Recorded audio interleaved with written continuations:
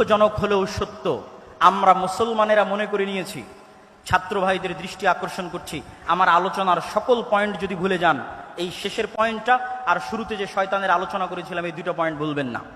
আজকের শেষের এই পয়েন্টটা মনে রাখার চেষ্টা করবেন।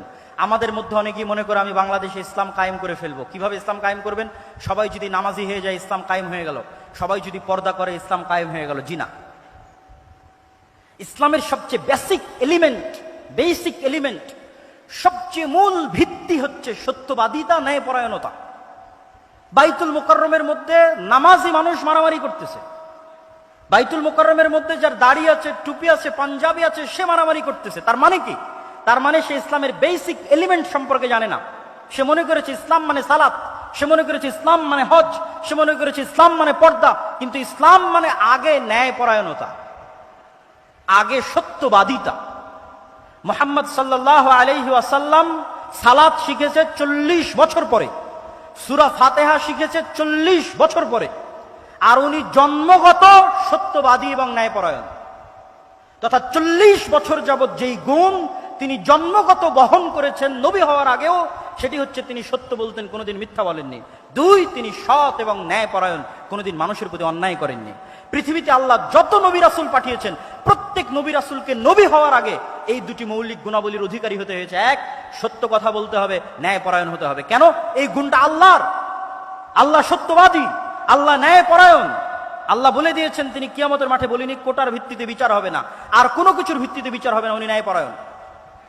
তিনি বলেছেন, ইন্নী হারামতু যুলমা আলাইয়া, আমি আল্লাহ আমার উপর অত্যাচার করাকে হারাম করে নিয়েছি। এই যে পৃথিবী সৃষ্টি করে দিলাম, গেম ওপেন করে দিলাম, সফটওয়্যার ডেভেলপ করে দিলাম, এখন এখানে প্লাস আর মাইনাস পয়েন্ট বাড়তে থাকবে, কমতে থাকবে। মনে করেন শেয়ার বাজার যে মেরে নিয়ে গেছে ওর হয়েছে প্লাস প্লাস প্লাস, আর যার মেরে নিয়েছে ওর হয়েছে মাইনাস মাইনাস মাইনাস। এখন কিয়ামতের মাঠে আল্লাহ যদি এই প্লাস মাইনাসকে ক্যান্সেল করে জিরো না বানাতে পারেন, তাহলে আল্লাহ নন, নাউজুবিল্লাহ। এটা তার দাবি যে তিনি ন্যায়পরায়ণ। মানে পৃথিবীতে যা অন্যায় সংঘটিত হয়েছে, মানুষের সাথে তো বহু দূরের কথা, পশুর সাথেও যা অন্যায় সংঘটিত হয়েছে তা তিনি মিটমাট করে দিয়ে পৃথিবীর রেজাল্ট করবেন জিরো। পৃথিবী যখন শুরু হয়েছিল তখন জিরো, আর পৃথিবীতে মানুষ যা অন্যায়, অনাচার, মারামারি, কাটাকাটি, ঢাকা বিশ্ববিদ্যালয়ে একজনকে অন্যায়ভাবে হত্যা করা হলো, ওই বিষয়ে রাসূল সাল্লাল্লাহু আলাইহি ওয়াসাল্লামের একটা হাদিস শুনেন।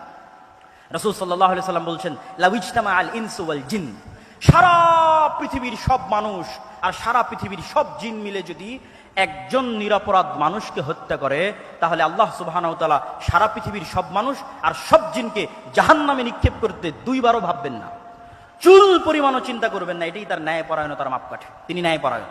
তাহলে ইসলামের মূল শিক্ষা কি? ইসলামের মূল সারমর্ম কি? সত্যবাদী হওয়া, ন্যায়পরায়ণ হওয়া। গত 15 বছর যে ফ্যাসিজম প্রতিষ্ঠিত ছিল, এই ফ্যাসিজমে হাজারো ওসি, লক্ষ ডিসি, লক্ষ এসপি, নামাজি, হাজি, দরবেশ, সে মনে করেছে সালাত ইসলাম, কিন্তু সে তার দায়িত্বে ন্যায়পরায়ণ নয়। সে যে একজন ওসি হিসেবে সে ন্যায়পরায়ণ দায়িত্ব পালন করেনি। ডিসি, সচিব হিসেবে, এসপি হিসেবে, এসিল্যান্ড, সাব রেজিস্ট্রার তার পদের সাথে আমানতের খেয়ানত করেছে। অর্থাৎ সে ইসলাম বুঝে না। সে যতই সালাত আদায় করুক, যতই সিয়াম পালন করুক, সে বুঝে না ইসলাম কি। রাসূল সাল্লাল্লাহু আলাইহি ওয়াসাল্লাম বলেছেন, সাবআতু ইউদিল্লুহুমুল্লাহ ইয়াওমা লা যিল্লা ইল্লা যিল্লুহ, 7 শ্রেণীর মানুষকে আল্লাহ কঠিন কিয়ামতের মাঠে বিশেষ ছায়া দিবেন। তার 1 নাম্বার, আলেম নয়, হুজুর নয়, তাহাজ্জুদ গুজার নয়, পর্দাশীলা নয়, ইমামুন আদিল, যে তার দায়িত্বে ন্যায়পরায়ণ প্রিন্সিপাল, ওসি, ডিসি, প্রধানমন্ত্রী, প্রধান উপদেষ্টা, ন্যায়পরায়ণ সমন্বয়ক জান্নাতে যাবে। আরেকজন তাহাজ্জুদ গুজারের পূর্বে, আরেকজন সালাত আদায়কারীর পূর্বে। ন্যায়পরায়ণতা হচ্ছে ইসলামের সবচেয়ে বড় মাপকাঠি। অতএব ছাত্র ভাইদের উদ্দেশ্যে আমার উদাত্ত আহ্বান থাকবে, আমার উদাত্ত ডাক থাকবে যে ইসলামের সকল শিক্ষা যদি আমরা ভুলে যাই, এই 2টা মৌলিক শিক্ষার উপর যদি আমরা একটা প্রজন্ম তৈরি করতে পারি। ফ্যাসিজম টিকে ছিল কিভাবে? তাদেরকে অন্যায়, তাদের মেরুদণ্ড সোজা নয়, তারা অন্যায় করেছে। আপনি সারা বাংলাদেশে মেরুদণ্ড সোজাওয়ালা, সৎ, ন্যায়পরায়ণ ওসিডিসি এসপি দেন, ক্ষমতায় যে আসুক না কেন, দেশ সুন্দর চলবে। তো এসিডিসি এসপি কারা হবে? আপনারাই হবে। আপনারা শিখেন ইসলামের মূল শিক্ষা, সৎ এবং ন্যায়পরায়ণ হওয়া, এবং টাকার কাছে, কোন চাপের কাছে মাথা নত না করা। এটাই শয়তানের বিরুদ্ধে যুদ্ধ। সম্মানিত উপস্থিতি, বক্তব্যের বিষয় ছিল অনেক কঠিন।